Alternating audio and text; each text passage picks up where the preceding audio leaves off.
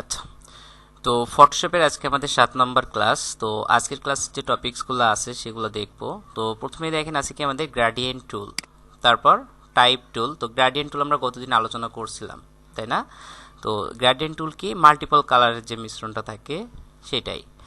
আর type টুলে কি কি আছে দেখেন, অ্যাবাউট টাইপ টুল, অর্থাৎ টাইপ টুল সম্পর্কে জানবো, character and paragraph palette, typography concept. তো এই বিষয়গুলো আমরা ক্লিয়ার হয়ে যাব। আর 3 নম্বর আছে কি স্মার্ট অবজেক্ট, আর 4 নম্বরে আছে কি ক্লিপিং মাস্ক, আর 5 নম্বরে ইরেজার টুল ডিটেলস। তো প্রতিটা জিনিস দেখবো। তো হোমওয়ার্ক থাকবে কি আমাদের টাইপোগ্রাফি, তো separate image from background using eraser tool. তো ইরেজার টুলের কাজ থাকবে কিছু, সেগুলো দেখবো। তো তো প্রথমে আমরা ফটোশপে চলে যাই। এটা হচ্ছে আপনার গত দিনের কাজ, পেন টুলের কাজ, তাই তো? তো পেন টুলের কাজে আমরা যে বিষয়গুলো খেয়াল করব সেটা হচ্ছে কি, আমরা পাথ মোড দেখছি, আমাদের শিখতে হবে আজকে শেপ মোড। সেম কাজ, পাথ মোডেও যে কাজ করছি শেপ মোডে একই কাজ, কিন্তু শেপ মোডে কি করতে হয়, সিলেকশন করার দরকার হয় না, আলাদা লেয়ার নেওয়ার দরকার হয় না, ডিসিলেক্ট করার দরকার হয় না, কালারও নেওয়ার দরকার হয় না। শেপ মোডে অটোমেটিক্যালি সে কালার নিয়ে নেয়, ঠিক আছে? আর খুব সহজে এডিট করা যায় শেপ মোড। তো যাই হোক, আমরা আগে দেখি পেন টুলের যে কাজগুলো ছিল গত দিনের কাজগুলা। তো প্রথমেই প্রশ্নটি কি, আমরা এরকম পিএনজি বা ট্রান্সপারেন্টভাবে কিভাবে সেভ করব, তাই তো? এই যে ট্রান্সপারেন্ট দেখাচ্ছে, এটাকে আমরা খুব সহজে স্ক্রিনশট দিয়েই সেভ করতে পারি। আচ্ছা, তারপর আরেকটা বিষয়, সেটা হচ্ছে কি, আমরা এই যে একটা ইমেজকে যখন পেন টুল দিয়ে ক্লিপিং পাথ করে কাটা হয়েছে বা ব্যাকগ্রাউন্ড ডিলিট করা হয়েছে, তখন দেখেন এই যে এটা এই পাশে একটা ব্যাকগ্রাউন্ড, এই পাশে একটা ব্যাকগ্রাউন্ড। তো এটাও আবার কিভাবে করব? আচ্ছা, আমরা ফটোশপে চলে যাই, দেখি আপনার কতদিনে এটার পাথ দেখা যায় কিনা। আচ্ছা, পাথ আছে, খুব ভালো। তো আমি এইটুক দিয়েই দেখাই, ঠিক আছে? ধরেন এইটুকু নাই, এইটুকু ডিলেট, আমরা এটুকুই চাই। এই পাথ ধরতে পারছি, তো আমি কন্ট্রোল এন্টার দিয়ে সিলেকশন করি, লেয়ারে যাই, আবার নতুন একটা লেয়ার নিলাম। আমি এখানে সরি, লেয়ার নিব না,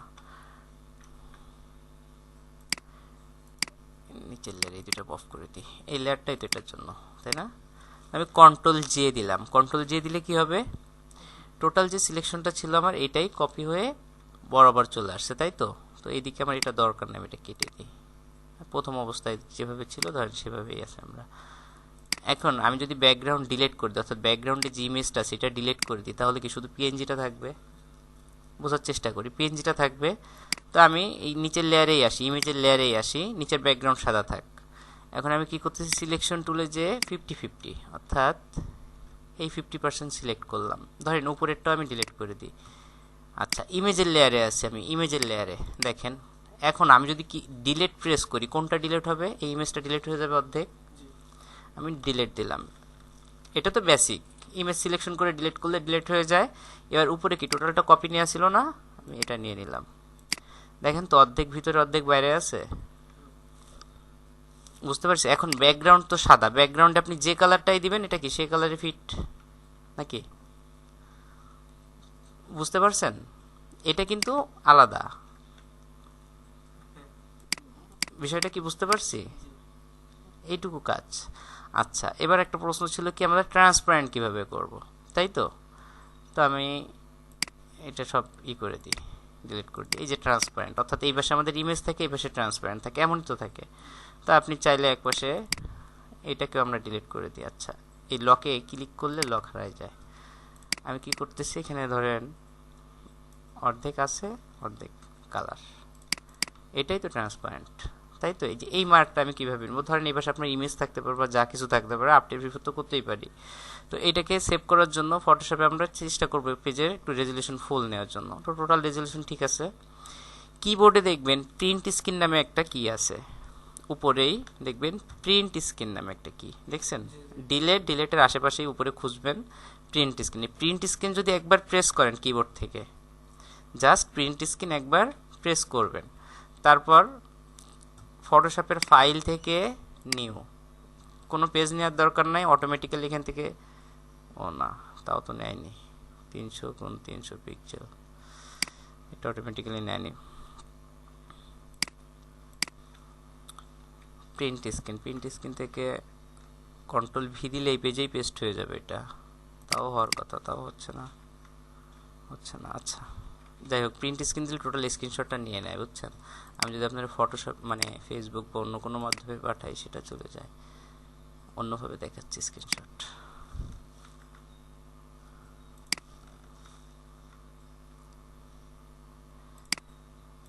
স্ক্রিনশট নিচ্ছে না কেন? এটা সম্ভবত আমার এই টিউটোরিয়ালের জন্য, বুঝছেন। সফটওয়্যারই করা না, এটা ওভারল্যাপ করে স্ক্রিনশট নেবে না। আচ্ছা, তাহলে আমরা অন্যভাবে নিতে পারি। সেটা কিভাবে? আমরা কম্পিউটারের সার্চ বক্সে যাব।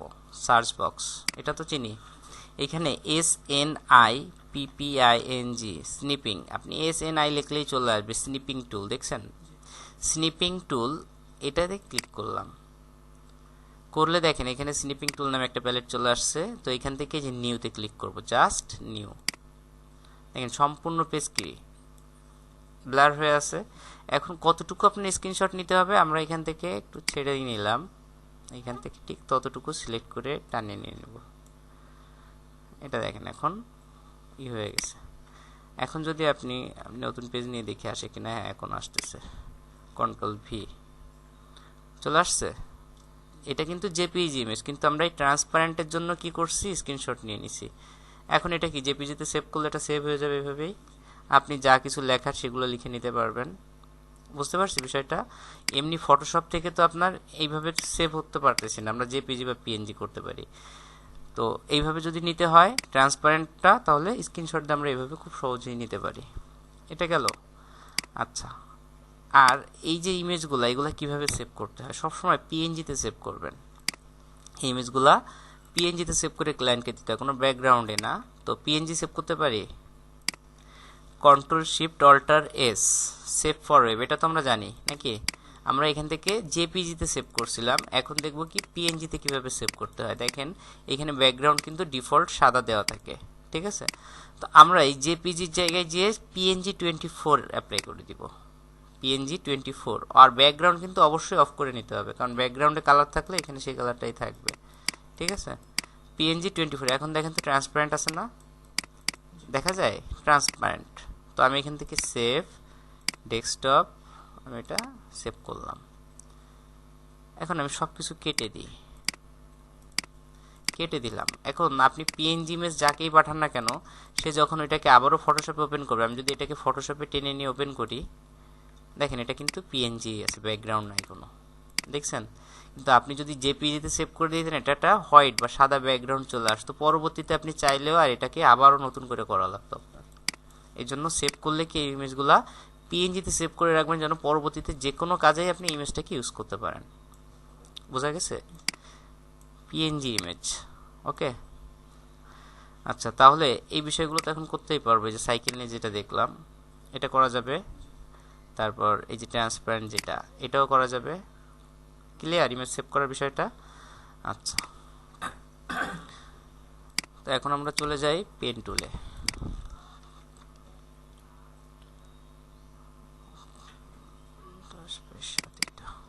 আচ্ছা, তো পেন টুলে আমরা পাথ মোডের কাজ শিখছিলাম, তাই তো। আর শেপ মোডের কাজ কি? শেপ হচ্ছে কি টোটালি একটা অবজেক্ট। শেপ মানে কি? নতুন একটা অবজেক্ট। তো দেখেন আমি যখন শেপ মোডে চলে গেছি, এখান থেকে আমি কিছু করতেছি না, পেজের উপর জাস্ট নর্মাল একটা ক্লিক করলাম। দেখেন এখানে নর্মাল একটা লেয়ার আছে, ব্যাকগ্রাউন্ড, নর্মাল একটা ক্লিক করলাম, তাতেই দেখেন আমাদের কি করতেছে, পেন টুল যা তাই থাকবে। দেখেন লেয়ার নেওয়ার দরকার নেই, অটোমেটিক্যালি শেপ অর্নামেশে একটা লেয়ার নিয়ে নিছে, দেখছেন। আচ্ছা, এখন আমি ধরেন এখানে একটা শেপ ধরে একটা শেপ তৈরি করব। দেখেন সে অটোমেটিক্যালি কালারও অ্যাপ্লাই করে দিছে, এখানে অটোমেটিক্যালি সে কালারও অ্যাপ্লাই করে দিছে। তাহলে কি আমার ফরগ্রাউন্ডে যে কালারটা ছিল সেটা অটোমেটিক্যালি সে নিয়ে নিছে, এখানে আমার লেয়ারও ক্রিয়েট করার দরকার হয়নি। কতগুলো স্টেপের থেকে বেঁচে গেলাম আমি, দেখেন। এবার আরও মজার বিষয় কি, এখন যদি আপনি এটাকে এডিট করে কালার দিতে চান, আমাদের পাথ মোডে তো আবার পরবর্তীতে ইজিলি কালার দেওয়া যেত না। এটাতে যদি সহজেই কালার দিতে চান, আপনি যেমন Ctrl+Delete+Alt+Delete দিয়ে কালার অ্যাপ্লাই করছিলেন, ঠিক এখানে আপনি লেয়ার সিলেক্ট থাকলে Ctrl+Delete+Alt+Delete দিয়ে অ্যাপ্লাই করেন, বাইরের কোথাও কালার যাবে না, শুধুমাত্র এই শেপেই অ্যাপ্লাই হবে। তাহলে কি আগের থেকে কি এটা আরও বেটার না? আমরা সিলেকশন করলে কি ডাইরেক্ট দিলে সিলেকশনের ভিতর ছাড়া অ্যাপ্লাই করা যেত না। আর শেপ মোডে দেখেন খুব সহজেই আপনি কালার অ্যাপ্লাই করলেই এটার ভিতরে অ্যাপ্লাই হবে। আরেকভাবে করা যায়, যদি কাস্টম কালার নিতে চান, এই যে শেপের যে লেয়ার আছে দেখেন, এই লেয়ারে এখানে ছোট্ট একটা চিহ্ন দেওয়া আছে, দেখছেন? এটা হচ্ছে কি আমাদের শেপ মোডের চিহ্ন। আর একটা চিহ্ন আছে কি, সেটা হচ্ছে smart layer, convert to smart object. এই যে তিনটা লেয়ার, তিন ধরনের লেয়ার পাই আমরা। একটা হচ্ছে নর্মাল লেয়ার, যেটাতে কোনো চিহ্ন থাকবে না। আর একটা হচ্ছে স্মার্ট লেয়ার, যেটাতে এই ধরনের চিহ্ন থাকবে। আর একটা হচ্ছে শেপ লেয়ার, যেটাতে এই ধরনের চিহ্ন থাকবে। তো শেপ মোডে হচ্ছে সব থেকে পারফেক্ট একটা ওয়ে, যেখানে আপনি কাজ করলে সব কিছু সহজে এডিট করতে পারবেন। যেমন কালার দিবেন, কন্ট্রোল ডিলিট অল্টার ডিলিট দিলেও হবে। এই যে শেপের যে আইকনটা আছে ছোট, এখানে ডাবল ক্লিক করেন, এখান থেকে আপনি যে কালারটা নেবেন সে অটোমেটিক্যালি সেই কালারটা অ্যাপ্লাই করে নিচ্ছে। তাহলে কি এটা আরও বেটার না? যে কালারটা নেবেন এখানে আপনার ডিসপ্লেতে শো করতেছে। কোনো ইমেজ থেকে কালার নিতে চান, আমি এটাকে ধরেন আমি এই ইমেজ থেকে কালার নেব, রাইট ক্লিক কপি, এখান থেকে পেস্ট। আচ্ছা, ধরেন এই ইমেজ থেকে আপনি যে কোনো নির্দিষ্ট কালারটা নেবেন আপনি, তাহলে শেপে ডাবল ক্লিক করেন, করে যে কালারের উপর নেন সেই কালারটা অটোমেটিক্যালি এখানে চলে আসতেছে। দেখেন তো, তাই কিনা? তাহলে কি এটা আরও সহজ না কালার অ্যাপ্লাইয়ের জন্য? বুঝতে পারছি? ওকে, এবার এডিটের বিষয়ে যদি আসি, আমরা এডিট করছিলাম, তো ডাইরেক্ট সিলেকশন টুল, ডাইরেক্ট সিলেকশনের কাজ কি? পেন টুল, অর্থাৎ অ্যাঙ্কর পয়েন্টকে এডিট করা বা মডিফাই করা, তাই তো? আপনি যে কোনো একটা পয়েন্ট ধরেন, এদিকে যান, আপনি দুইটা পয়েন্ট ধরেন, এদিকে যান, যেভাবে খুশি আপনি সেভাবে এটাকে এডিট করতে পারবেন। কিন্তু পেন টুলের পাথ মোডে কি পরবর্তীতে তার এডিট করার সুযোগ থাকে না, নাকি? পাথ একবার করা হয়ে গেলে পরে আর এডিট করা যায় না, যাই তো? অবজেক্ট করার পর আর যেত না। কিন্তু এটা আপনি শেপ তৈরি করার পরেও এডিট করতে পারবেন, কালার চেঞ্জ করতে পারবেন, সব কিছু করতে পারবেন। এবং এই জিনিসটা কি আপনি যতই বড় করবেন ছোট করবেন, এটার কোয়ালিটি লস করবে না। আর শেপ মোডের সব থেকে বড় সুবিধা হচ্ছে এটা ইলাস্ট্রেটরে কনভার্ট করলে এটাই ভেক্টর হয়ে যায়, বুঝছেন? এটা ভেক্টর হয়ে যাবে যদি ইলাস্ট্রেটরে কনভার্ট করে নিয়ে যান। আপনি উপরে দুটো নিয়ে সরাই নিয়ে আসেন, মানে যেভাবে খুশি আপনি সেভাবে এটাকে চাইলে এডিট করতে পারেন। আচ্ছা, এবার শেপ এডিট করার বিষয়ে তো আমি এগুলো চলো সব ডিলিট করে দিয়ে আবার নতুন করে দেখি। তো পেন টুল, পেন টুলে দেখেন যখন শেপ মোডে যাচ্ছে আমাদের দুইটা কালারের নাম চলে আসছে, একটা ফিল আর একটা হচ্ছে স্ট্রোক। ফিল, ফিলটা কি? অর্থাৎ যে কালারটা দিয়ে আমাদের শেপ বা অবজেক্টটা পূর্ণ থাকবে সেটা হচ্ছে ফিল কালার। তো আপনি যদি চান যে এখান থেকে কালারটা আমরা চেঞ্জ করে দেবো, যেমন রেড দিলাম, অথবা ব্লু দিলাম, অথবা এখান থেকে আপনি যে কোনো একটা কালার সিলেক্ট করে দিতে পারেন। আচ্ছা, এই কালারটাই নিলাম। এখন পেন টুলে যে আমি যদি নর্মাল ক্লিক করি, লেয়ার অটোমেটিক্যালি ক্রিয়েট হয়ে গেছে এখানে। আচ্ছা, তো আপনি যাই তৈরি করেন না কেন এখান থেকে সেটা করতেছেন, দেখেন কালার অটোমেটিক্যালি সেইটাই অ্যাপ্লাই করতেছে। এখন আপনি যদি চান যে না, শেপ তৈরি করার সময় কালার অ্যাপ্লাই করলে কি হয়, দেখা গেলো কোনো একটা ইমেজ যখন দেখে দেখে করবেন সেটা ঢেকে যায়, তাই না?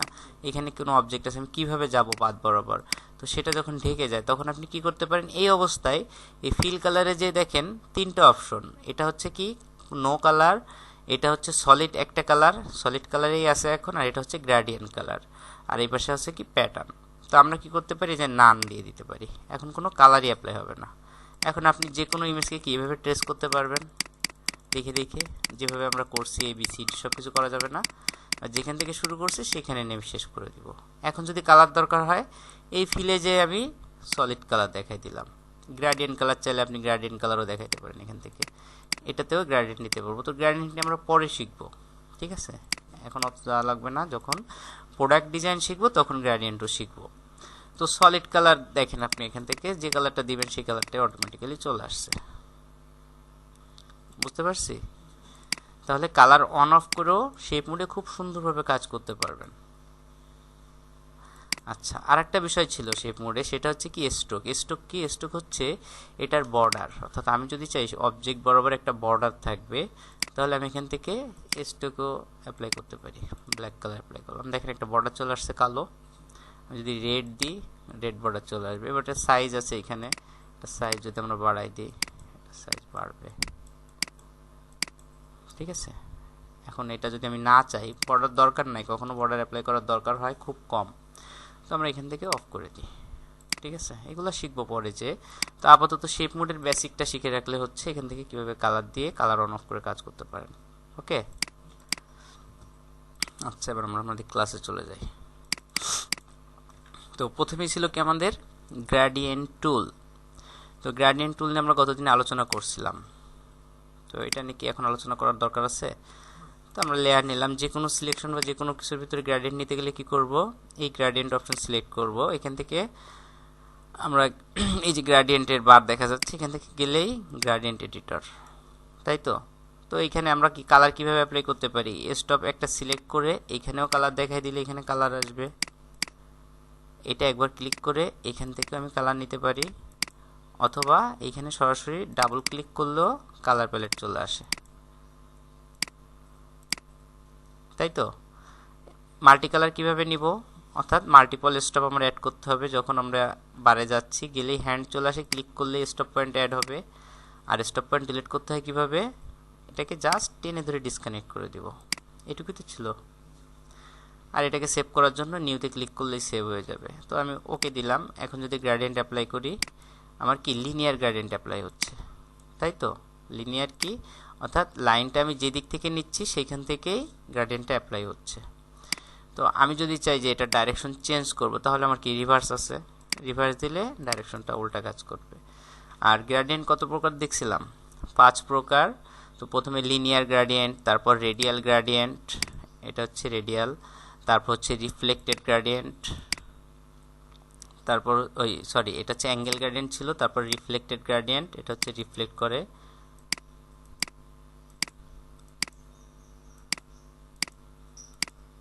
আচ্ছা, তারপর ছিল হচ্ছে ডায়মন্ড গ্রেডিয়েন্ট। এই তো, এগুলো কি নর্মালি অ্যাপ্লাই করা যাবে না? আচ্ছা, এগুলো পরে কাজ করতে করতে হয়ে যাবে সব। আচ্ছা, তো গ্রেডিয়েন্ট গেল, তারপর আসি টাইপ টুল। অনেক গুরুত্বপূর্ণ একটা ক্লাস টাইপ টুল। তো আপনি যে কোনো ডিজাইন করেন না কেন, আপনার টেক্সট বা টাইপ দরকার হবে না। যাই করেন না কেন, কোনো কিছু না কিছু লিখতে হয় আমাদের ডিজাইনের সাথে, তাই তো। তো টাইপ টুলে কি কি আছে দেখি। About type tool, character, paragraph palette আর টাইপোগ্রাফি কনসেপ্ট। তো আমরা টাইপ টুলে চলে যাই। তো টাইপ টুলও কি আমাদের শেপ মোডে কাজ করে। ফটোশপের যে টেক্সট বা টাইপগুলো থাকে এগুলো আমাদের শেপ মোড, অর্থাৎ যখনই আমরা দেখেন টি নামে একটা টুলস আছে, এই টিতে যখন ক্লিক করতেছি আমাদের এখান থেকে আসে কি টাইপ টুল। তো টাইপ টুল আমরা কতদিন দেখছিলাম, এখানে ফন্ট লিখছিলাম, এখান থেকে এগুলো বেসিক দেখছিলাম, তাই তো। তো দেখেন পেজের উপর যখন নর্মালি একটা ক্লিক করতেছি, তখন দেখেন লেয়ার অটোমেটিক্যালি নিয়ে নিচ্ছে টি দিয়ে, তাই তো। এই টিতে হচ্ছে টেক্সট লেয়ার। আচ্ছা, তো ফন্ট সাইজ অনেক বড়, যার কারণে অনেক বড় বড় দেখাচ্ছে। তো আমরা এখান থেকে ছোট করে দিই, 300 আছে, আমি 100 করে দিই, আরও ছোট করে দিই 50। এইভাবে আমি নর্মালি লিখতে পারি। আচ্ছা,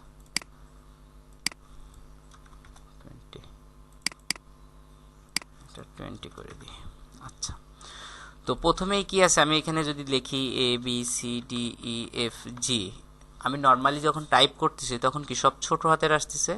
আর যদি বড় হাতের নিতে হয় তাহলে কি করতে হয়, কিবোর্ডে শিফট ধরে যদি আমরা করি ABCDEFG, যদি শিফট ধরে করি তাহলে বড় হাতের হয়, তাই তো। আচ্ছা, আরেকভাবে বড় হাতের হয়, নর্মালি আমি করতেছি ছোট হাতের। আরেকভাবে হয় কি, যদি ক্যাপস লক অন থাকে তাহলে আপনি যাই টাইপ করবেন না কেন সব বড় হাতের হবে, তাই না। আচ্ছা, কন্ট্রোল A দিলে সিলেক্ট অল, আর ব্যাক স্পেস দিলে কেটে যাবে সব। আচ্ছা, তো এইখানে আমরা কি করি, A লিখতেছি, B লিখতেছি, এভাবে তো সব তো আর বড় হাতের দরকার হয় না, দরকার হয়। আমরা এই জন্য ক্যাপস লক অফ করে কাজ করব। তো বড় হাতের দরকার হলে কি, শিফট ধরে প্রথম অক্ষর যদি বড় দরকার হয়, যেমন টেক্সট প্রথম অক্ষর বড় দিব টি, তাহলে শিফট ধরে টি, আর তারপর নর্মালি এভাবে লিখব, ঠিক আছে।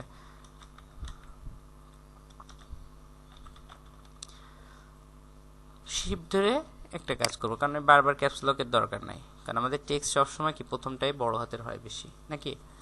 আচ্ছা, তো এইভাবে দেখেন আমি নর্মালি লিখতেছি, যাই হোক না কেন আমি কিছু টাইপ করতেছি, শিফট ধরে করলে বড় হাতের, নর্মালি করলে ছোট হাতের। এখন লিখতে লিখতে থেকে মানে সে পেজের বাইরে চলে গেল, নাকি।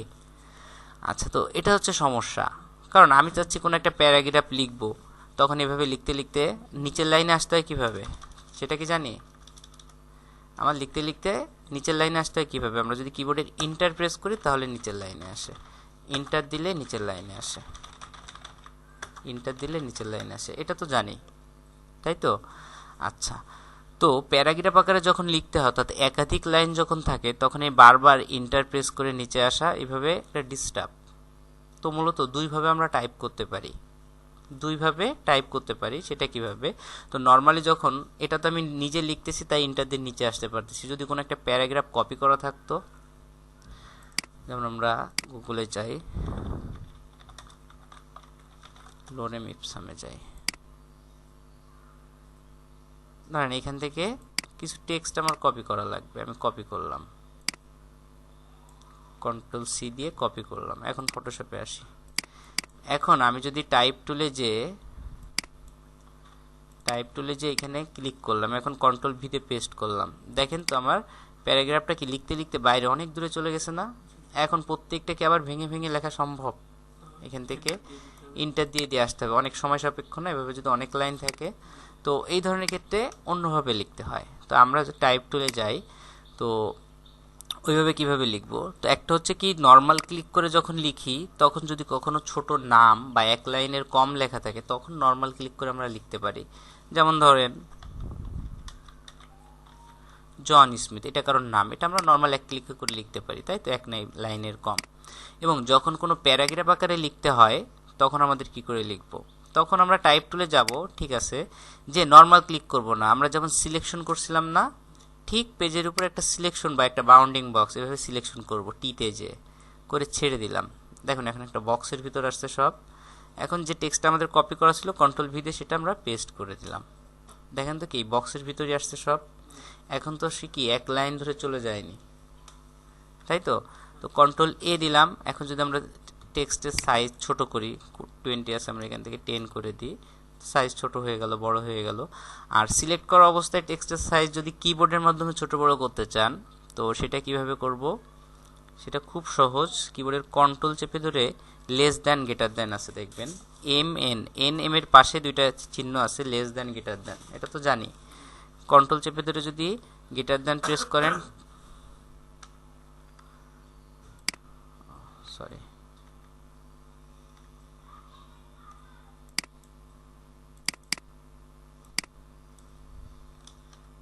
সরি কন্ট্রোল আর শিফট, ঠিক আছে, কন্ট্রোল শিফট গ্রেটার দ্যান দিলে বড় হবে, কন্ট্রোল শিফট লেস দ্যান দিলে টেক্সট ছোট হতে থাকবে।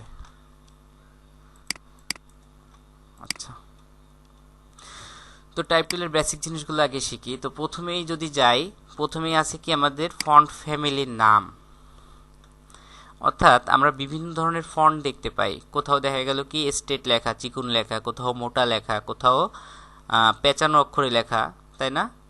আচ্ছা, তারপর অনেক স্টাইলে লিখতে পাই, বাংলা লেখা, ইংলিশ লেখা, বাংলার ভিতরে অনেক ধরনের ফন্ট বা টেক্সটের স্টাইল আছে, ইংরেজির ভিতরে অনেক ধরনের ফন্ট বা টেক্সটের স্টাইল আছে, চাইনিজ লেখা, এই যে বিভিন্ন ফ্যামিলির যে ফন্টগুলো থাকে, এই প্রথমে আছে কি আমাদের ফন্ট ফ্যামিলি। এইখান থেকে যদি যাই, ফন্ট ফ্যামিলি যেমন এরিয়াল ফন্ট, তারপর ল্যাটো ফন্ট, এই যে ল্যাটো দিলে দেখেন ল্যাটো ফ্যামিলি চলে আসছে এখানে, ল্যাটো দিয়ে যদি ইন্টার দিই ল্যাটো ফ্যামিলি চলে আসছে।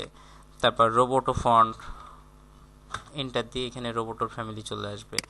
তারপর টাইম নিউ রোমান, এই যে টাইম নিউ রোমান চলে আসছে। তো এইভাবে হাজার হাজার লক্ষ লক্ষ ফ্যামিলির ফন্ট আছে, অর্থাৎ লক্ষ লক্ষ রকমের ফন্ট, কোনোটা চিকন মোটা দেখবেন, কোনোটা একটু বাঁকানো থাকে, বিভিন্ন স্টাইলের ফন্ট থাকে, তাই তো? তো এখানে অভাব নাই, অনেক ফন্ট আছে, অনেক ফন্ট আছে। তো উইন্ডোজে ডিফল্টে অনেক ফন্ট থাকে, আমার তো এখানে আরও ইনস্টল করা আছে, আমার আরও বেশি ফন্ট আছে এখানে। আচ্ছা, তো এইভাবে অনেক ফন্ট আছে, বিভিন্ন ফ্যামিলির ফন্ট আছে। তো আমরা নর্মালি এরিয়াল ফ্যামিলির ফন্ট দেখি, ARIAL, এরিয়াল দিয়ে আমি যে কোনো একটা সিলেক্ট করে দিলাম। তো এটা হচ্ছে প্রথমে ফন্ট ফ্যামিলি, অর্থাৎ কোন ক্যাটাগরির ফন্ট আমরা সিলেক্ট করব সেটা। তারপর হচ্ছে সেই ফন্ট ফ্যামিলির ভিতরে আমাদের কি কি আছে দেখবেন, একটা ফ্যামিলিতে যদি 5টা ছেলে মেয়ে থাকে, তাদের ভিতর কেউ একটু রোগা থাকে, তাই না? তারপর কেউ একটু মোটা থাকে, কেউ একটু লম্বা থাকে, মানে এই যে স্টাইলগুলো আছে, এটা হচ্ছে সেটা যে আমাদের এই ফ্যামিলিতে কে কে আছে। যদি আমরা এখানে যাই দেখতে পারবো ন্যারো, আচ্ছা আমরা টেক্সট সিলেক্ট করি এখান থেকে। আচ্ছা, তো কন্ট্রোল এ দিতে পারি অথবা মাউসের ডাবল ক্লিক করতে পারি। এটা সিলেকশন করে ড্র্যাগ করে নিলাম যেন এটা সাইজ ছোট বড় করতে পারি। তো প্রথমে কি আছে রেগুলার, তাই তো আমি ন্যারো দিলাম। ন্যারো দিলে দেখেন চিকন চাপা চাপা হয়ে গেছে, দেখছেন? একটু জুম করে দেখি। এটা হচ্ছে ন্যারো, অনেকগুলো স্টাইল আছে। তারপর ন্যারো ইটালিক। ন্যারো ইটালিক মানে কি ন্যারো হবে, আর ইটালিক মানে কি বাঁকা। ন্যারো ইটালিক দিলে দেখেন ন্যারোই এটা বাঁকা স্টাইল। ন্যারো বোল্ড, ন্যারোর থেকে একটু মোটা হবে, ন্যারো একটু মোটা আগের থেকে। তারপর ন্যারো বোল্ড ইটালিক মানে কি ন্যারো বোল্ড হয়ে একটু বাঁকা। তো এখান থেকে যেগুলো সহজ, রেগুলার আছে, তারপর শুধু ইটালিক আছে বাঁকা, তারপর বোল্ড আছে, বোল্ড মানে কি একটু মোটা, তারপর বোল্ড ইটালিক আছে, তারপর আছে লাস্টে ব্ল্যাক আরও মোটা। এটা কি এদের ফ্যামিলিতে যারা যারা আছে সদস্য, অর্থাৎ তারা কোনোটা চিকুন, কোনোটা বাঁকা, কোনোটা মোটা, এই স্টাইলগুলো, তাই তো? আচ্ছা, তো আমি বোল্ডে গেলাম। তো প্রথমে কি ছিল ফন্ট ফ্যামিলির নাম, এটা সিলেক্ট করলাম। তারপর ফ্যামিলির ভিতরে কী কী স্টাইলের ফন্ট আছে সেগুলো সিলেক্ট করলাম। তারপর আসি কি ফন্টের সাইজ, ঠিক আছে? এখান থেকে 20 পিটি নিলে একটু বড় হবে, আর যদি বেশি বড় হয়ে যায়, আমরা যদি ছোট করতে চাই এইখানে ভ্যালুটা দিয়ে দিলাম। আমি 18 পিটি দরকার, 18 লিখে আমি ইন্টার দিলাম, ছোট হয়ে গেল। আমার 10 দরকার, আমি এখানে 10 দিয়ে ইন্টার দিলাম। এখানে এখন যদি আবারও 20 দরকার হয় 20 দিয়ে এন্টার দিলাম। এটা তো করতেই পারি, তাই তো? আচ্ছা, তারপর কি আছে এখানে দেখেন শার্প, অর্থাৎ ফন্টের যে এজগুলো আছে এগুলো কেমন হবে। এখান থেকে আছে কি নান, অর্থাৎ নান দিলে কোনো কিছুই না। এখানের জন্য হচ্ছে না।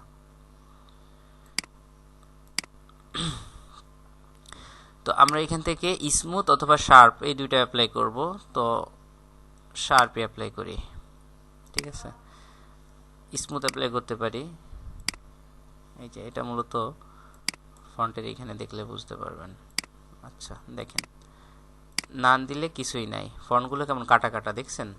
এইগুলো হারায় গেছে, আমাদের যে শ্যাডো পিক্সেল ছিল সেটা হারায় গেছে। তো ছোট ফন্ট যখন ইউজ করবেন এখানে দেখবেন ফন্টগুলো কেমন ভাঙা ভাঙা লাগবে, ভালো লাগবে না দেখতে। এজন্য আপনি এখান থেকে শার্প অ্যাপ্লাই করতে পারেন, যেটা মানে দূর থেকে দেখলে মনে হবে যে না একটু ভালো লাগতেছে।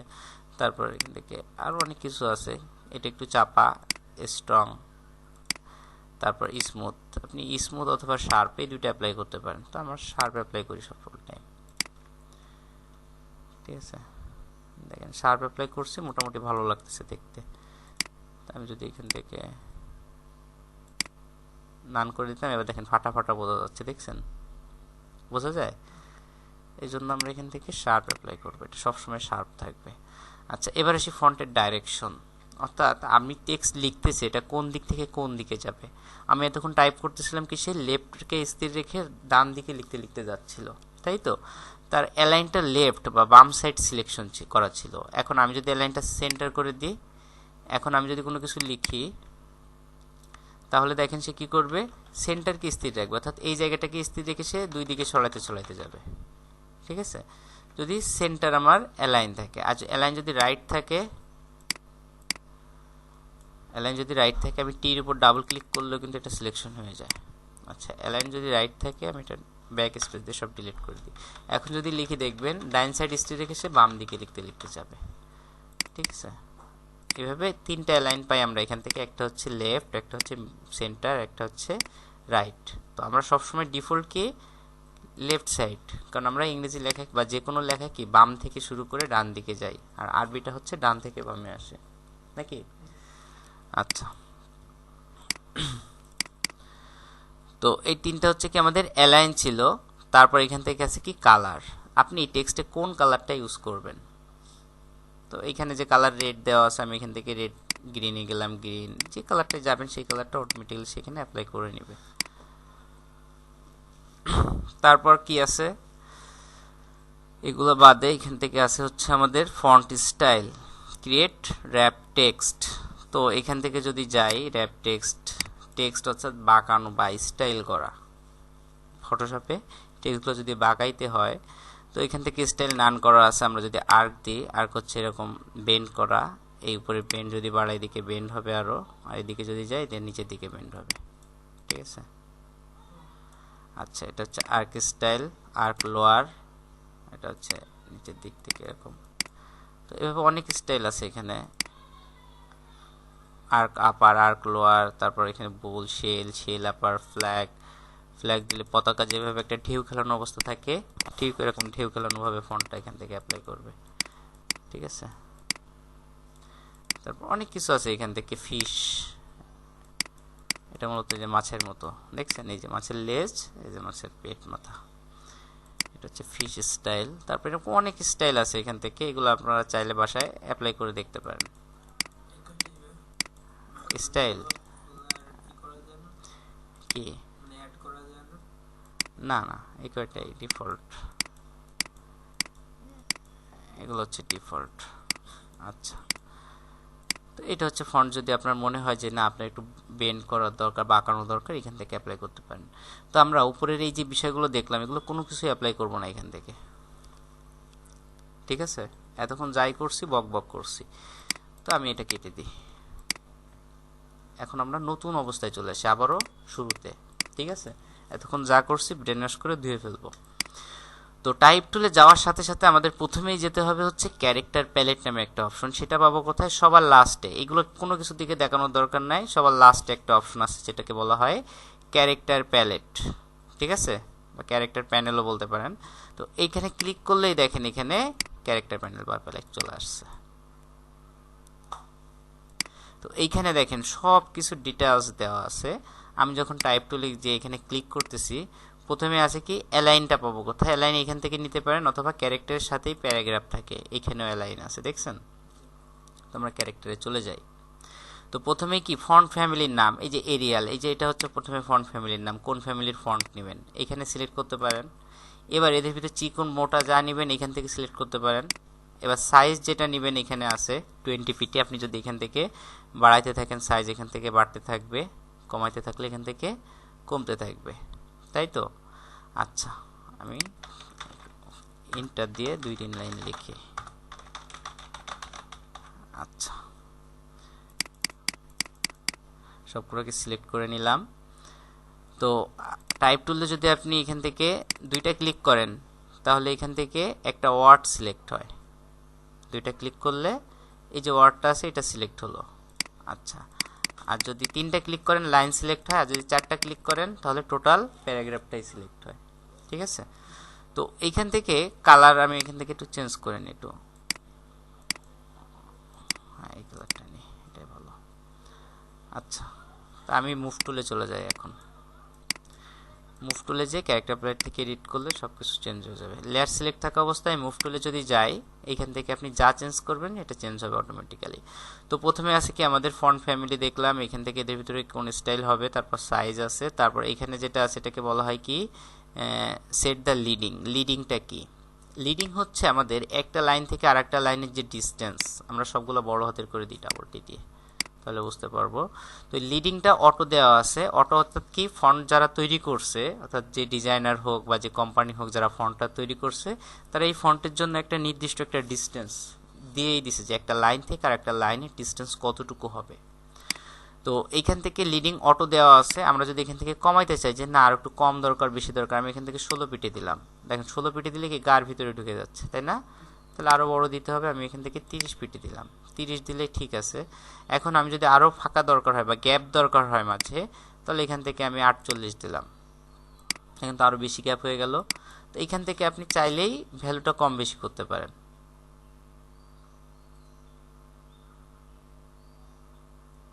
ঠিক আছে, তো আমার অত দরকার নেই, আমার 30 বা 25 ছিল, আমি 25 দিয়ে দিই এখান থেকে 25। তো সবসময় চেষ্টা করবো আমরা এখান থেকে অটোতে থাকার জন্য। ঠিক আছে, ডিফল্ট এটা। আর এটা হচ্ছে লিডিং, দুইটা লাইনের মধ্যবর্তী যে দূরত্ব আছে সেটাকে কন্ট্রোল করার জন্য। আচ্ছা, তারপর এটা কি আছে আমাদের? Set the kerning between two character. দুইটা ক্যারেক্টারের ভিতরে কার্নিং, অর্থাৎ আমি এখান থেকে ডাবল ক্লিক করে সিলেক্ট করলাম এই যে দুইটা ক্যারেক্টার, এখান থেকে যদি এটা হচ্ছে দুইটা ক্যারেক্টারের ভিতর যে গ্যাপ, অর্থাৎ আমাদের কিবোর্ডের স্পেস একটা গ্যাপ তৈরি করে না? আমরা জানি স্পেস দিলে একটা নির্দিষ্ট ডিস্টেন্স বা একটা গ্যাপ তৈরি করে। এখন ওই গ্যাপটা যদি আমাদের একটু কম বা বেশি দরকার হয়, দেখা গেল 2টা স্পেস বা 3বার স্পেস দিলে আপনার গ্যাপটা একটু বেশি হয়ে যাচ্ছে, আপনি চাচ্ছেন ওর থেকে একটু কম বা ওর থেকে একটু বেশি, সেক্ষেত্রে আমরা এখান থেকে কার্নিংটা সেট করে নিতে পারি দুইটা ক্যারেক্টারের ভিতরে। ঠিক আছে, আচ্ছা, তারপর আমরা মুভ টুলে আবার চলে যাই। তারপরটা কি আছে এখান থেকে, set the tracking for this selected character. ট্র্যাকিংটা কি? ট্র্যাকিংটা হচ্ছে আমাদের টোটাল যে টেক্সটগুলো আছে এটার ভিতরেও একটা ডিস্টেন্স ট্র্যাকিং তৈরি করে। এটা হচ্ছে আমি সবগুলো টেক্সট সিলেক্ট আছে এখান থেকে, আমি যদি ট্র্যাকিংটা অ্যাপ্লাই করি দেখেন এদের ভিতরে একটা গ্যাপ তৈরি হচ্ছে সবার ভিতরে, দেখছেন? আমি 0 করে দিই। এই গ্যাপটা কখন দরকার হয়? এটা মূলত ধরেন কোনো একটা নামের সাথে আমরা যখন টাইটেল ইউজ করি, ধরেন আমরা যখন কোনো টাইটেল অ্যাপ্লাই করি, আমরা ধরেন টাইটেলটা ছোট হয় না নামের সাথে, এমনই তো ছোট হয় টাইটেল, তাই তো?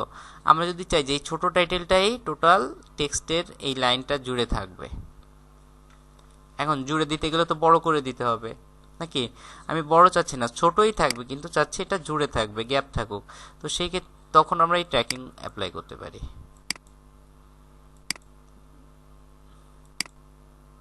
এমন দেখা যায় না অনেক? এটা অনেক দরকার হচ্ছে নামের, যখন আমরা প্রজেক্ট নিয়ে কাজ করব তখন ট্যাগলাইন, তারপর লোগোর নিচে ছোট ট্যাগলাইন যখন থাকে, ঠিক এই ডিস্টেন্সগুলা, ঠিক আছে, ডিজাইনের সৌন্দর্যের জন্য এগুলো দরকার হয়। আচ্ছা, তারপর কি আছে আমাদের এখান থেকে, ভার্টিক্যালি স্কেল। ভার্টিক্যালি স্কেল কি? অর্থাৎ ফন্টগুলা কি স্ট্যান্ডার্ড মাপে আছে। এখন আপনি যদি চান এর থেকে একটু লম্বা লম্বা দরকার আপনার, তাহলে এখান থেকে আপনি চাইলে ভার্টিক্যাল স্কেল 100% আছে, যতদূর বাড়াবেন আপনি তত পার্সেন্ট এটা বড় হবে। দেখেন 129%, এটা 29% বড় হয়ে গেছে, লম্বা লম্বা হচ্ছে। আর এটাকে যদি কমাই দেন তাহলে এটা আবার শর্ট হয়ে যাবে। 99 কমাই দেন, দেখেন আরও খাটো খাটো হয়ে যাবে ফোনগুলো, ঠিক আছে? তো 100% হচ্ছে কি আমাদের ডিফল্ট, আমরা এটা সবসময় 100% থাকবো, অরিজিনাল টেক্সটকে বিকৃতি করব না, ঠিক আছে? তারপরে এটা কি আছে, বেসলাইন শিফট। বেসলাইন শিফট কি? আমরা যেমন যদি কোনো একটা অক্ষরকে উপরে নিচে নিতে চাই, যেমন H2O পানি, তাই না, যে এই ছোট উপরে নিচে নিতে চাই, তো সেই ক্ষেত্রে আপনি যদি কোনো একটা অক্ষরকে, নির্দিষ্ট অক্ষরকে, যেমন এমটাকে উপরে নেবেন, তাহলে এখান থেকে এটা বাড়ায় দেন, এমটা উপরে যাচ্ছে, আবার এদিক থেকে কমায় দেন, এটা নিচে আসবে। তো আমাদের 0 ছিল, সবসময় এটা 0ই থাকা ভালো, ঠিক আছে? এটার কাজ হচ্ছে, আর এখান থেকে কালার তো জানি। আচ্ছা, তারপর নিচে কি অনেকগুলো টি আছে, দেখছেন? আচ্ছা, এই ডাবল টি দেওয়া ছিল। তো টেক্সটগুলো মূলত ছোট হাতের সব। তো আমি যদি চাই সবগুলো বড় হাতের নিব, প্রথম যে টিটা আছে দেখেন, বস টি, একটা মোটা একটা টি আছে, তাই না, ফ্লাক্স বোল্ড, আমি এটা দিলে টেক্সটগুলো একটু বড় হয়ে যাবে, অর্থাৎ যে অবস্থায় ছিল, দেখেন আমি এটা দিলাম, এখন চিকুন আছে, যখন এই টিটা দিচ্ছি আমরা তখন দেখেন একটু মোটা হয়ে যাচ্ছে, দেখছেন? আচ্ছা, তো আমরা বোল্ড দরকার নাই, এটা উঠাই দিলাম। তারপরে টিটা দেখেন বাঁকা, দেখছেন? এটা যদি আমরা অ্যাপ্লাই করি তাহলে টেক্সটটা বেঁকে যাবে। এটা হচ্ছে ইটালিক করার জন্য, ঠিক আছে? তারপর ডাবল টি মানে কি, সবগুলা বড় হাতের টেক্সট হবে, ছোট হাতের ছিল সব বড় হাতের হয়ে যাবে।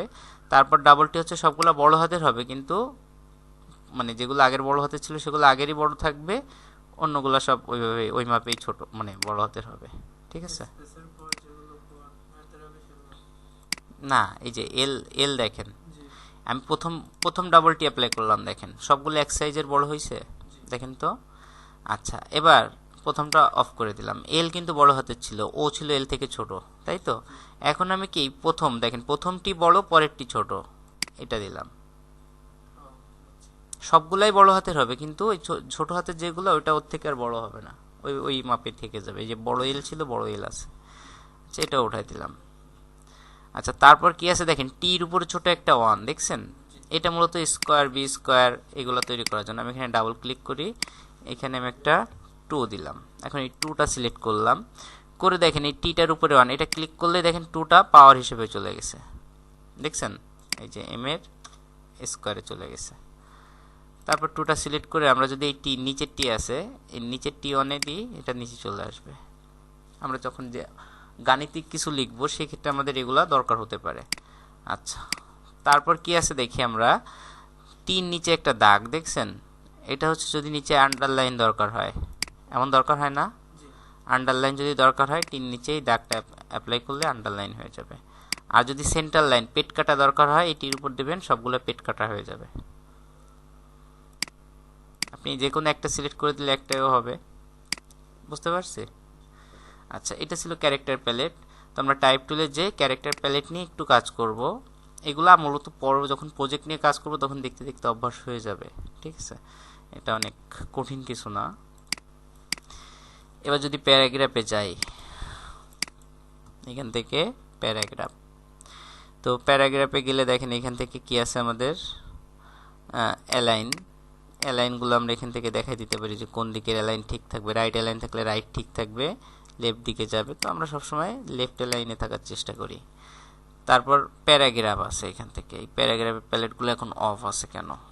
সেটা হচ্ছে যখন প্যারাগ্রাফ আকারে কিছু লিখবো, আমাদের একটা টেক্সট কপি করা ছিল, তাই না? আমরা এখান থেকে চাই কন্ট্রোল ভিতে পেস্ট করি। আচ্ছা, কন্ট্রোল এ দিয়ে সিলেক্ট করে সবগুলোকে একটু টেক্সটের সাইজ কমাই দিই। 28 আছে, আমি এখান থেকে 20 করে দিই।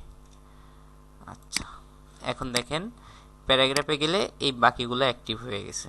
যখন প্যারাগ্রাফ আকারে কিছু লেখা হয় তখনই এগুলো অ্যাক্টিভ থাকে। তো এগুলো হচ্ছে কি ডিস্ট্রিবিউশনের জন্য, অর্থাৎ অ্যালাইন এখান থেকে লেখা আছে দেখেন জাস্টিফাই লাস্ট লেফট, অর্থাৎ আমি যখন এটা দিব জাস্টিফাই হয়ে যাবে, অর্থাৎ এই লাইন দেখেন সব এখন সমান এক লাইনে আছে। আমি যদি এটা অফ করে দিই, দেখেন অফ করে দিলাম,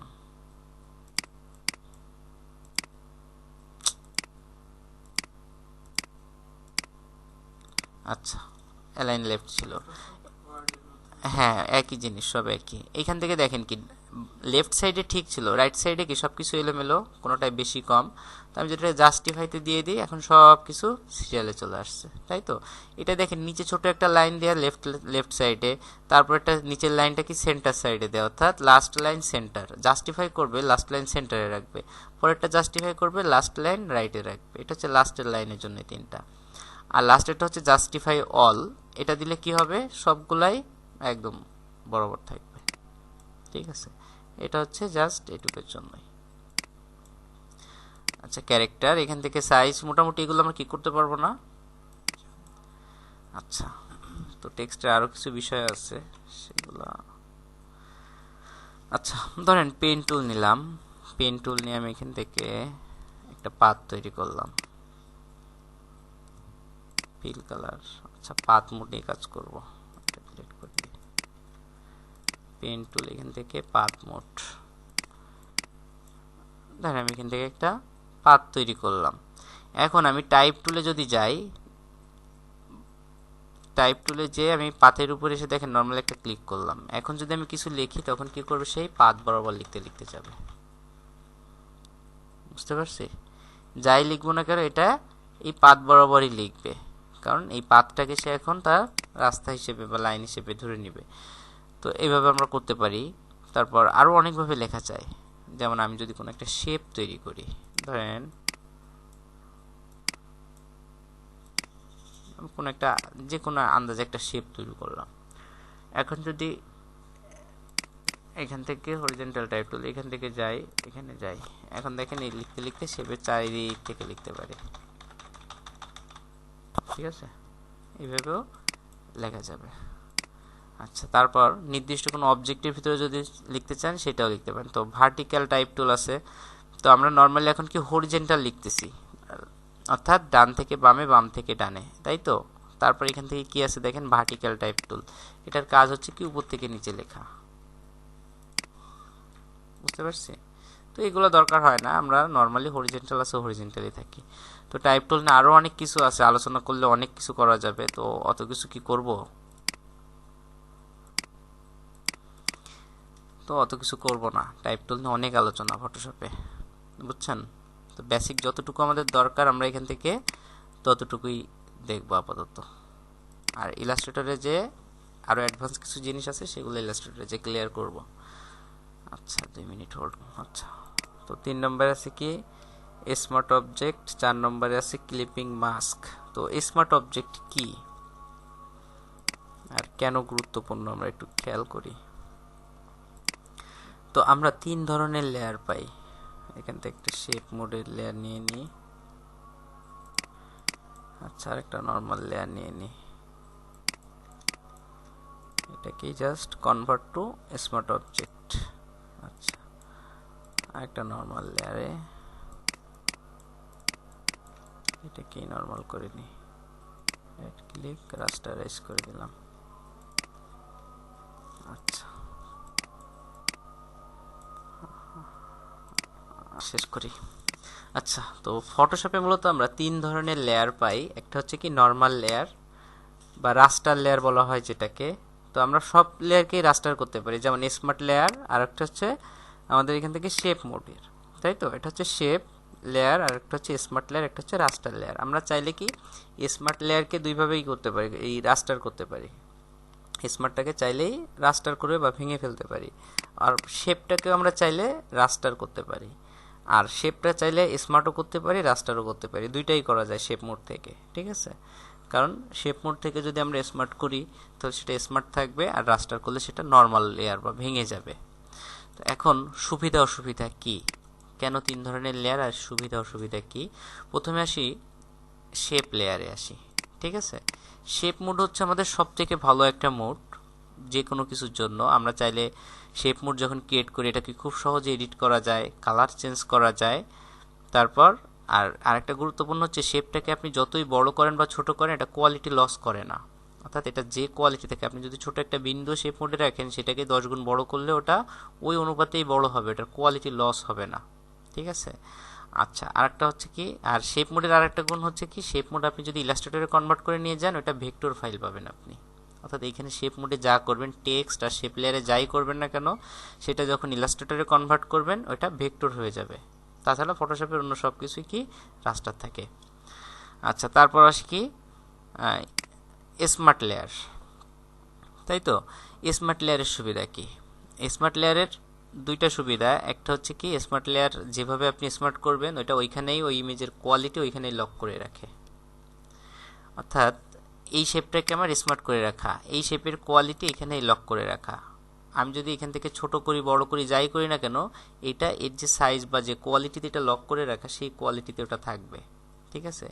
আর একটা সুবিধা হচ্ছে কি, স্মার্ট লেয়ারের উপর যখন আমি ডাবল ক্লিক করব তখন এটা আমাকে নতুন একটা পেজে নিয়ে চলে যায়।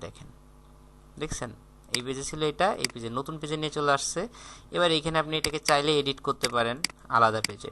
অর্থাৎ এগুলো কখন দরকার হয়, যখন আপনি দেখা গেল কি অনেক কিছু নিয়ে কাজ করতেছেন, অনেক এলিমেন্ট নিয়ে, যেমন আপনি বড় একটা ফ্লায়ার বা বড় একটা ব্রোশার ডিজাইন করতেছেন বা বড় একটা ক্যালেন্ডার ডিজাইন করতেছেন, সেখানে কি অনেক ইমেজ, অনেক কিছু, যে একটা ব্যানারে অনেক ইমেজ থাকে, অনেক বিষয়, ছোট ছোট বিষয় থাকে। তো সেইখানে যখন একটা ইমেজকে নিয়ে আপনি এডিট করতে যাবেন, দেখা গেল কি আপনার কোনো একটা টেক্সট সরে যাচ্ছে, আইকন সরে যাচ্ছে, বা পেজও স্লো করতেছে। কারণ এই পেজ দেখা গেল কি একসাথে 50টা এলিমেন্ট নিয়ে কাজ করতেছেন, তখন যখন একটু এডিট করতে যাবেন স্লো করবে সফটওয়্যার, এটা স্বাভাবিক। তো যখন এটা আলাদা পেজে চলে আসতেছে তখন কি এটা ফাঁকা হয়ে যাচ্ছে এই পেজ। এইখান থেকে আপনি এটাকে আরও ইফেক্ট যদি দিতে চান, এটা কালার চেঞ্জ করেন বা যাই করবেন না কেন, এটা যদি শেষ হয়ে যায় তাহলে শুধু কি করতে হয়, Ctrl+S দিতে হয়। দিলে এটা এখানে সেভ হয়ে যায়। আর এখান থেকেও কেটে দিতে পারেন অথবা Ctrl+W দিয়েও কেটে দিতে পারেন। কেটে দেওয়ার পর দেখেন এটা এখানে চেঞ্জ হয়ে চলে আসছে, দেখছেন। আচ্ছা, শেপটা আমরা ডিলিট করে দিই। শেপ দেখলাম যে শেপের কোয়ালিটি লস করে না। তো প্রথমে দুইটা জিনিস দেখতেছি, একটা হচ্ছে কি স্মার্ট লেয়ার, তাই তো। স্মার্ট লেয়ারের যে সাইজটা ছিল সেই সাইজেই আছে। আর একটা হচ্ছে কি নর্মাল লেয়ার, এটাও কি সেম সাইজে আছে। তার মানে কি এখন দুইটার কোয়ালিটি সেম। আচ্ছা, এখন এই দুইটার ভিতরে আমরা পার্থক্যটা দেখি যে কেন স্মার্ট লেয়ার গুরুত্বপূর্ণ বেশি। ঠিক আছে, দুইটাই সিলেক্ট করলাম, আমরা Ctrl+T প্রেস করি, এটুকু তো পারি। আমরা শিফট আর অল্টার ধরে ছোট করি প্রথমে। ভালো হয় একটা সার্কেল নিয়ে কাজ করলে, আমি সার্কেল নিয়ে করি, সার্কেল নিয়ে দেখি।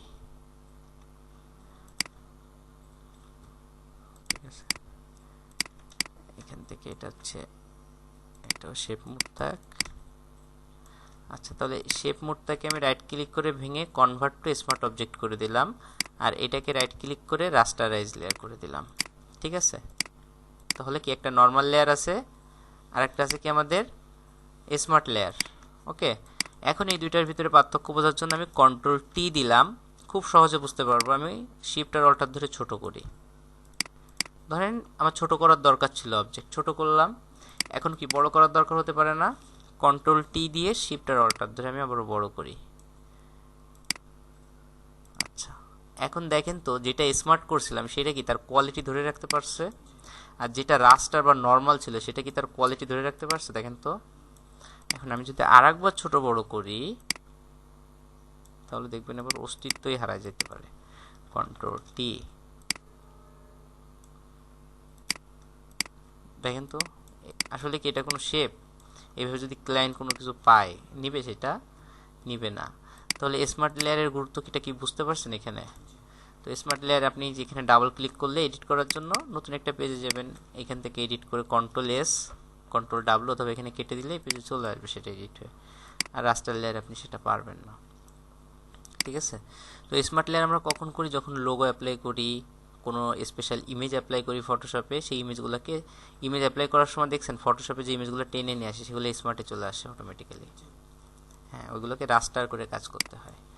এই জন্য ওইগুলোর জন্য আমাদের স্মার্ট করতে হয়, কারণ একটা ইমেজ ছোট করতে হতে পারে একবার, আবার বড় করতে হতে পারে। যদি স্মার্ট রাস্টার থাকে তাহলে ছোট করার পর যখন বড় করবেন দেখবেন কোয়ালিটি নষ্ট হয়ে গেছে, তখন তো সমস্যা, আবার এডিট করে ইমেজ খুঁজে আনতে হবে। তাহলে কি স্মার্ট লেয়ার কি বুঝতে পারছি? নর্মাল লেয়ারও বুঝতে পারছি। আচ্ছা, স্মার্ট অবজেক্ট শেষ। ক্লিপিং মাস্ক খুব সুন্দর একটা জিনিস। ক্লিপিং মাস্ক আমরা এখানে কিছু ন্যাচারাল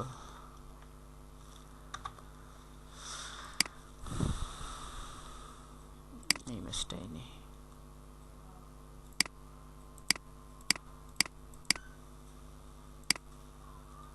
সেটাকে ফটোশপে ওপেন করি।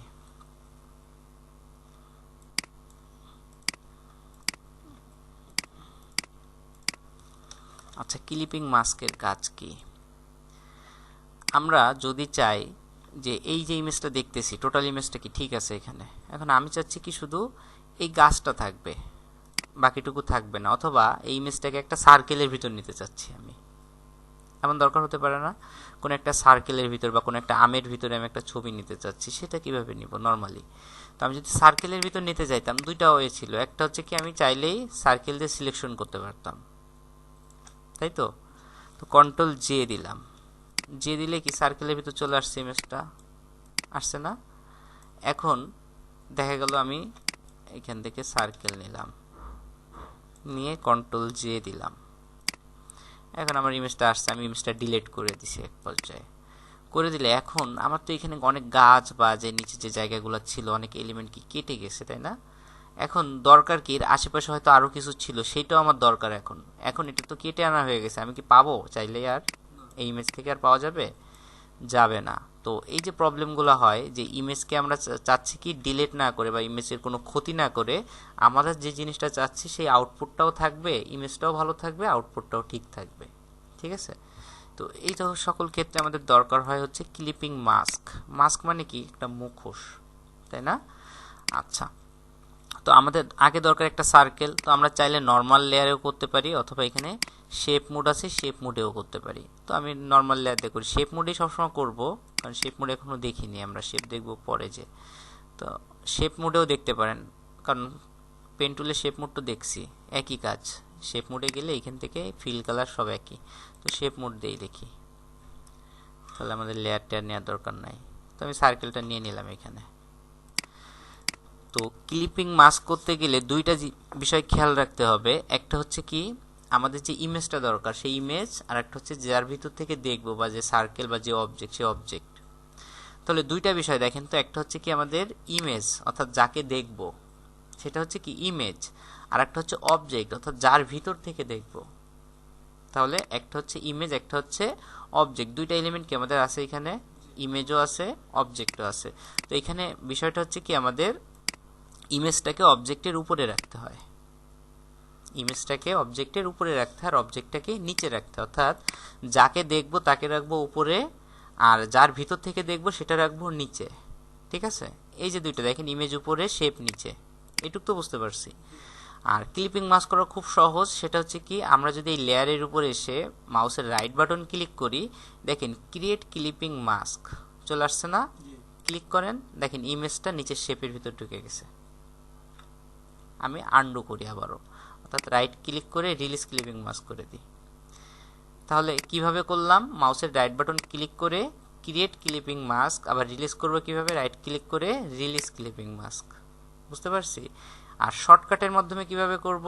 এই যে দুই লেয়ারের মধ্যবর্তী জায়গায় যদি আমরা কিবোর্ডের অল্টার কি চেপে ধরি, নরমালি এইভাবে আছে, হ্যান্ড শো করে। আমরা যদি কিবোর্ডের অল্টার কি চেপে ধরি, দেখেন আমাদের নিচে আসলে ডাউন অ্যারো শো করতেছে, দেখছেন? ক্লিক করলাম, দেখেন ইমেজটা কি নিচের অবজেক্টের ভিতর চলে গেল। এখন আমরা যদি চাইতাম যে ইমেজের বাকি অংশটাও দেখবো, দেখেন জাস্ট ইমেজের উপর ক্লিক করে এভাবে সরান, সব কিছুই দেখতে পারবো আমরা। দেখেন তো আশেপাশে কি ইমেজ আছে, ডিস্টার্ব করবে না। আপনি এখান থেকে যে পজিশনে রাখতে চান সেই পজিশনে আমরা দেখতে পারবো। তাহলে কি ইমেজের কোয়ালিটিও নষ্ট হলো না, ইমেজও ডিলিট করা লাগলো না বা কাটা লাগলো না। আমি চাইলে সব কিছু পরে আবারও এডিট করে নিতে পারবো। বুঝতে পারছি বিষয়টা? এটাই ছিল কি আমাদের ক্লিপিং মাস্ক। এখন ক্লিপিং মাস্ক রিলিজ করব কিভাবে? লেয়ারে ক্লিক করে রাইট ক্লিক করলে রিলিজ ক্লিপিং মাস্ক। ওকে, তাহলে করা যাবে খুব সহজে। আচ্ছা আচ্ছা, আজকের ক্লাসটা দেখি। ইরেজার টুল ডিটেলস খুব সহজেই দেখবো এটা। ইরেজার টুল, ব্যাকগ্রাউন্ড ইরেজার টুল, ম্যাজিক ইরেজার টুল। তার জন্য একটা ইমেজ নিই আমি।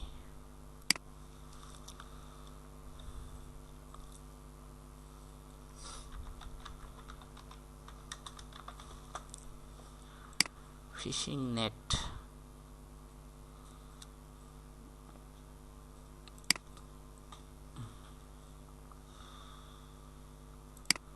একটা সহজ ইমেজ নিয়ে দেখাচ্ছি, বুঝছেন?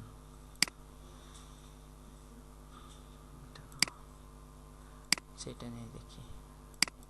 আচ্ছা, হেয়ার দিয়ে যাই।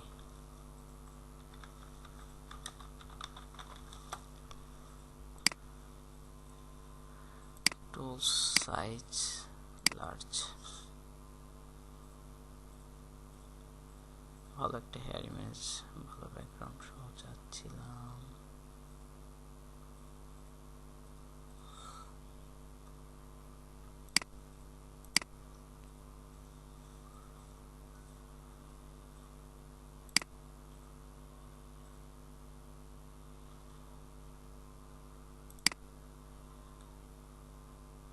কাকের বাসা,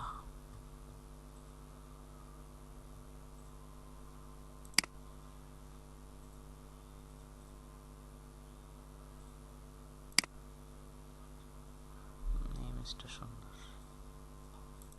ইমেজটা সুন্দর। আচ্ছা, right click, open image, new tab, high resolution, web image, control N, control V, start করা হলে ভালো হতো। যাই হোক, এটাই পাইনি। আচ্ছা, ইমেজ তো প্লেস করতে পারি আমরা সহজে। ব্যাকগ্রাউন্ডটাকে আমরা ট্রান্সপারেন্টও করতে পারি, বা একটা রেড কালার দিয়ে দিলাম, যেন একটা ইমেজ ডিলিট হলে বুঝতে পারি। ঠিক আছে, কারণ ব্যাকগ্রাউন্ডও সাদা, ব্যাকগ্রাউন্ড সাদা থাকলে সমস্যা আছে, ডিলিটই করে দিই। কন্ট্রোল জে দিয়ে ইমেজটা কপি করে নিলাম বোঝার জন্য। তো এখানে এখন যদি দরকার হয় কি আমার ব্যাকগ্রাউন্ড ডিলিট করা, ইরেজার টুল, ইরেজারের নাম শুনছি না আমরা, যেটাকে আমরা রাবার বলে থাকি, সেটার কাজ কি? মোছা, তাই তো? তো এখানে ইরেজার টুল আছে, দেখেন আমাদের eraser tool, background eraser tool আর ম্যাজিক ইরেজার টুল, তিনটে ইরেজার টুল আছে এখানে। Eraser tool, background eraser tool আর ম্যাজিক ইরেজার টুল। তো প্রথমে যে ইরেজার টুল আছে এটা মূলত ব্রাশ যেভাবে কাজ করে সেম টু সেম ভাবে কাজ করে। তো আমাদের লেয়ারটা কি রাস্টারাইজ হতে হবে, অবশ্যই নর্মাল লেয়ার হতে হবে, আর ব্যাকগ্রাউন্ডে কিছু থাকবে না, ডিলিট। ঠিক আছে, তো ইরেজার দিয়ে দেখেন নর্মালি যখন আমরা ইরেজ করি তখন সে নর্মাল ইরেজ করতেছে, দেখেন যেভাবে ব্রাশ অ্যাপ্লাই করে কালার অ্যাপ্লাই করতাম এখান থেকে, সেভাবে ইরেজার ইরেজ করতেছে। আন্ডু করি।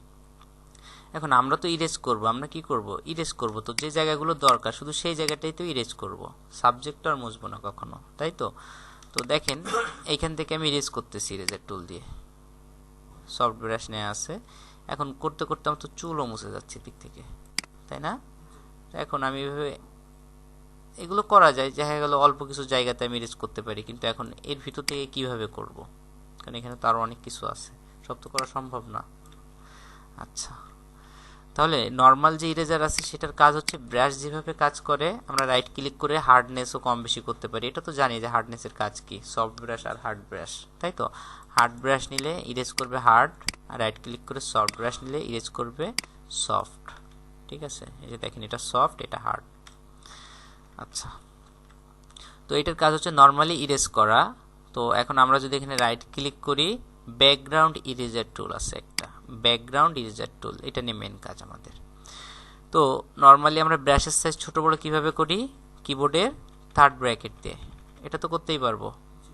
আচ্ছা, তো এটা তিনটা মোডে কাজ করে, ব্যাকগ্রাউন্ড ইরেজার টুল তিনটা মোডে কাজ করে, সেই মোড তিনটা উপরে দেওয়া আছে, দেখেন যেভাবে সাব সিলেকশন ছিল তিনটা, মানে চারটা সাব সিলেকশন ছিল, ঠিক সেভাবে এটা তিনটা মোডে কাজ করে। তো প্রথম যে মোডটা আছে সেটার নাম কি দেখেন, sampling continuous. Sampling continuous, sample বলতে কি বুঝি আমরা, নমুনা, তাই না? স্যাম্পল হচ্ছে কি নমুনা, আর কন্টিনিউয়াস মানে কি এটা ধারাবাহিকভাবে করতেই থাকবে, তাই তো। তো আমি ব্রাশের সাইজ এখানে বড় করে নিলাম, হার্ডনেস 100% সেটা থাক। তো নর্মালি দেখেন আমি যে প্লাস চিহ্ন আছে এটা সাদার উপর একটা ক্লিক করলাম, মাউস কিন্তু ছেড়ে দেয়নি, আমি এভাবে এখান থেকে দেখেন এই পর্যন্ত চলে আসছি। দেখেন তো ব্রাশের ভিতরে সাদা জায়গাটা আছে কিন্তু ডিলিট করতেছে না বা ইরেজ করতেছে না, দেখছেন? আমি ব্রাশ নিচ্ছি কিন্তু ইরেজ করতেছে না, কারণ কি, এই যে প্লাস চিহ্নটা আছে এই প্লাস চিহ্নটা হচ্ছে স্যাম্পল কালেক্ট করে। যখন দেখেন আমি সাদার উপর, এই যে প্লাস চিহ্নটা যখন দেখেন সাদার উপর টাচ করবে তখনই দেখেন এটাকে ইরেজ করে ফেলতেছে, দেখছেন? দেখেন এই যে যখনই প্লাস চিহ্ন, এমনি কিন্তু ইরেজ করতেছে না, যখন প্লাসটা স্যাম্পল হিসেবে নিচ্ছে তখন ইরেজ করতেছে, বুঝতে পারছি? তো এখন এইভাবে যদি করতে থাকি আমরা কি দেখেন এইখানে আসতেছি, দেখেন তো এখন কি এই চুল কি ডিলিট হচ্ছে, ভিতরে সাদাও ডিলিট হচ্ছে না, চুলও ডিলিট হচ্ছে না, দেখছেন? দেখেন বোঝা যাচ্ছে বিষয়টা? আচ্ছা, এখন যে বিষয়টা সেটা হচ্ছে আমি তো চাচ্ছিলাম যে সাদা ডিলিট হচ্ছে ঠিক আছে, কিন্তু আমি চাচ্ছি যে চুলের ভিতরে তো সাদা ছিল, আমি চাচ্ছি ওইটাও ডিলিট হবে, হতে পারে না এমন আমাদের? ওইটা কিভাবে ডিলিট করব? কিন্তু ওইটা ডিলিট হচ্ছে না, আমি দেখেন এখানে স্যাম্পল এইদিকে আছে, চুলের ভিতরে যাচ্ছে না, কারণ কি? আমরা মনে আছে প্রথম মানে 2 নম্বর ক্লাসে মনে হয় কন্টিনিউয়াস আর ডিসকন্টিনিউয়াস নামে একটা অপশন দেখছিলাম, মনে আছে? কন্টিনিউয়াস আর ডিসকন্টিনিউয়াস, যেটা হচ্ছে কি সিলেকশনে বাধা পায় আর বাধা পায় না, অর্থাৎ আমাদের এইখান থেকে স্যাম্পল নিচ্ছে, এই স্যাম্পলটা এখানে আসতেছে না কেন, কারণ এই চুলের কালার দ্বারা বাধা পাচ্ছে, এর ভিতরে ঢুকতে পারতেছে না, সে একটা পাথ বা লাইন পাচ্ছে না। এবার মনে পড়ছে? আচ্ছা, তো এখানে লিমিটস দেওয়া আছে কন্টিনিউয়াস, তো আমরা এখান থেকে ডিসকন্টিনিউয়াস করে দিলাম, ঠিক আছে, বাধাটা উঠাই দিলাম। এখন দেখেন আমি এখান থেকে ইরেজ করতেছি, যখনই এখানে আসতেছি দেখেন এই যে ভিতর থেকে চুলের ভিতর থেকেও কি সাদাটা ডিলিট হচ্ছে, বুঝতে পারছি? চুলের ভিতরে কি স্যাম্পল এখন সে ডিলিট করতেছে, এই যে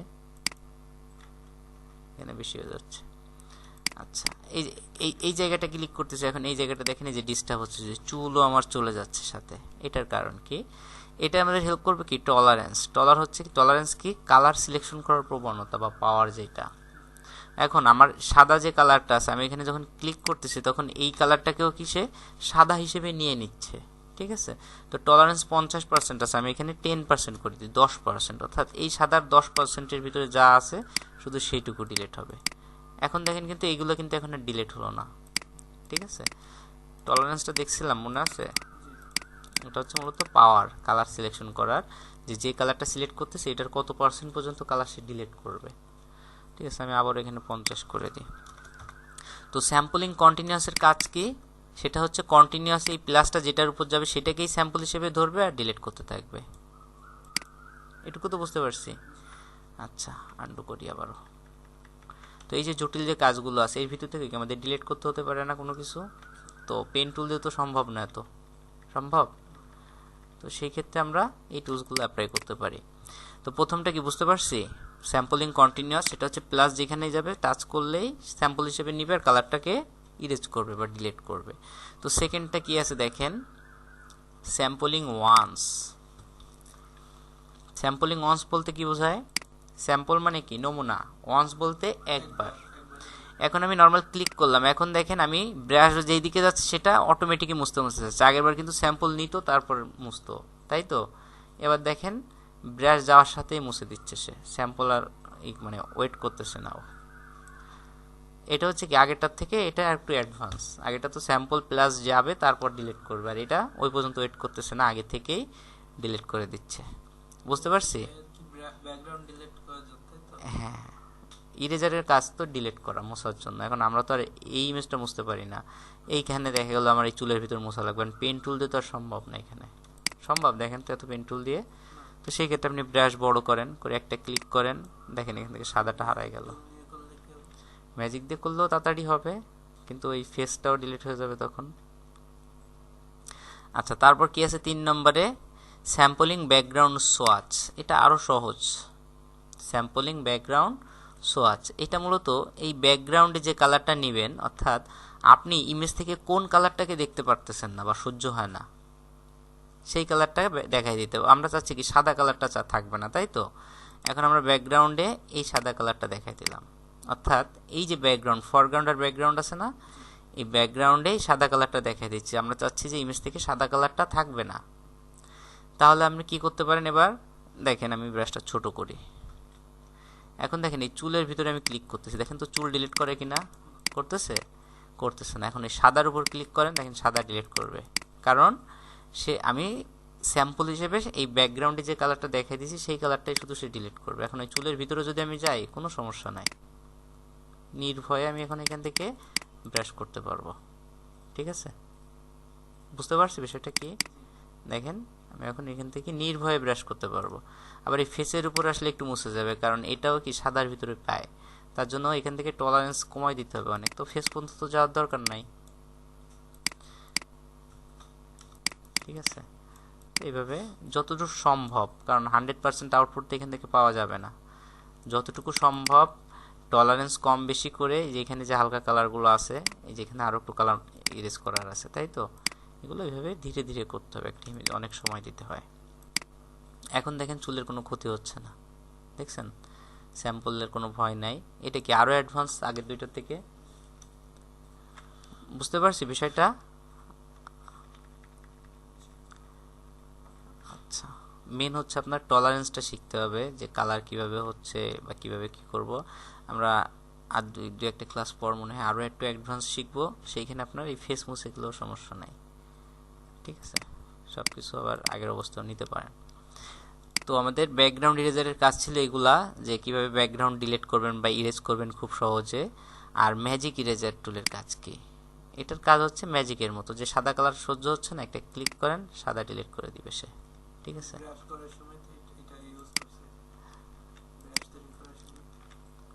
হ্যাঁ, এটা দেখাই দিছিলাম। আচ্ছা, তো এখান থেকে কন্টিনিউয়াস যদি অন করে দেন, তার মানে বাধা অন হয়ে গেল, চুলের ভিতরে সে ইরেজ করবে না। ঠিক আছে? যদি কন্টিনিউয়াস অফ করে দিতেন, তাহলে চুলের ভিতরে এগুলো সে ইরেজ করে দিত, এই লেয়ারে যা আছে। আর এখান থেকে টলারেন্স 16 দেওয়া আছে, যার কারণে দেখেন এখানে কিছু সাদা সে রেখে দিছে। টলারেন্স যদি বাড়ায় দেন 70 ক্লিক করেন, বেশি হয়ে গেছে, তাই না? ফেসটাও হারাই গেছে। আচ্ছা, তো এখন আপনি চাচ্ছেন কি যে আমি আপুর ভিতর যাব না, আমরা এইটুকুর ভিতর যাব। তাহলে খুব সহজেই দেখেন ল্যাসো টুল দিয়ে আমি একটু সিলেকশন করে নিই এরিয়াটা। ঠিক আছে?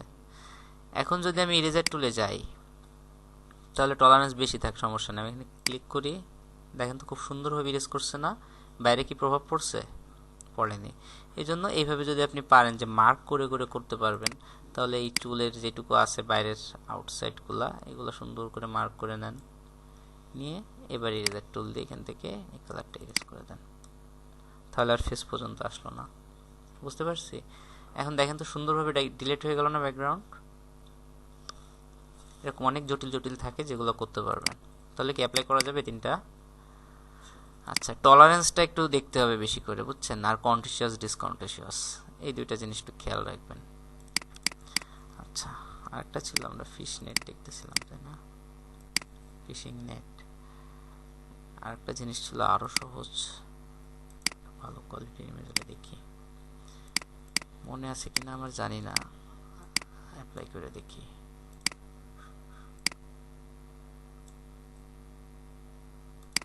আচ্ছা, রাইট ক্লিক করে রাস্টারাইজ করে নিলাম।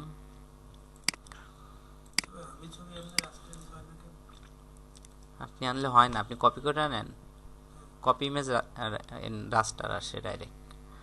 আর যদি টেনে ধরে নিয়ে আসেন তাহলে হচ্ছে স্মার্ট আসে। ঠিক আছে?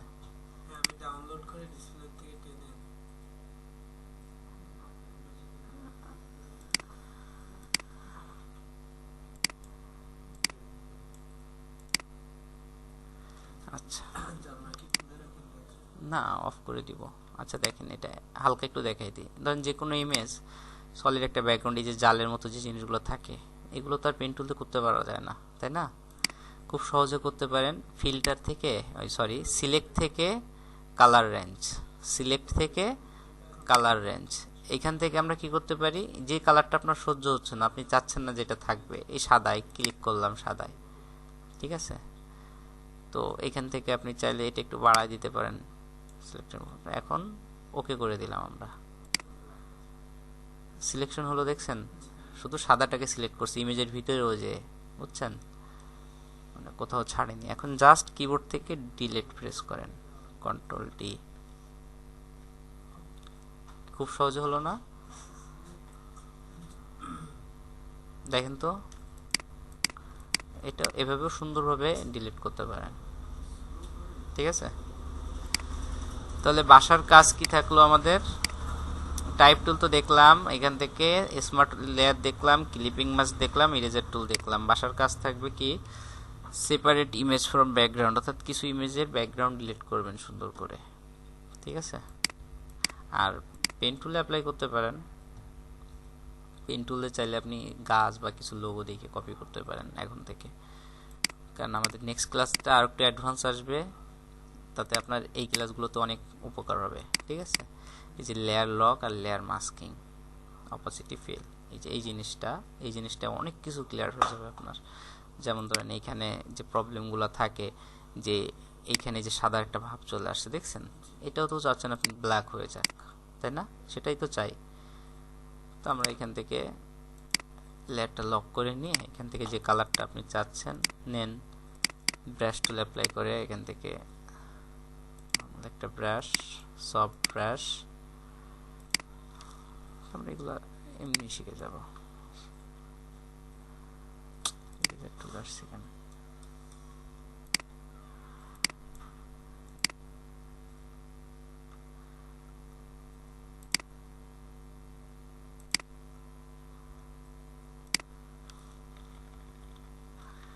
আচ্ছা, এখান থেকে আপনি এগুলোতে ব্রাশ করে দেন, সব কিছু ঝকঝক হয়ে যাবে। দেখেন এখানে যে দাগগুলো ছিল আর আছে, দেখেন তো ক্রিস্টাল ক্লিয়ার, ঠিক আছে? লেয়ার লক আর হচ্ছে মাস্কিং, এই দুইটা জিনিস শিখতে পারলে যে কোনো ইমেজ আপনি খুব সুন্দরভাবে, যদি ইমেজ মুছেও যায় সমস্যা নাই, আপনি ওটাকে চাইলে আবারও রিকভার করে আনতে পারবেন।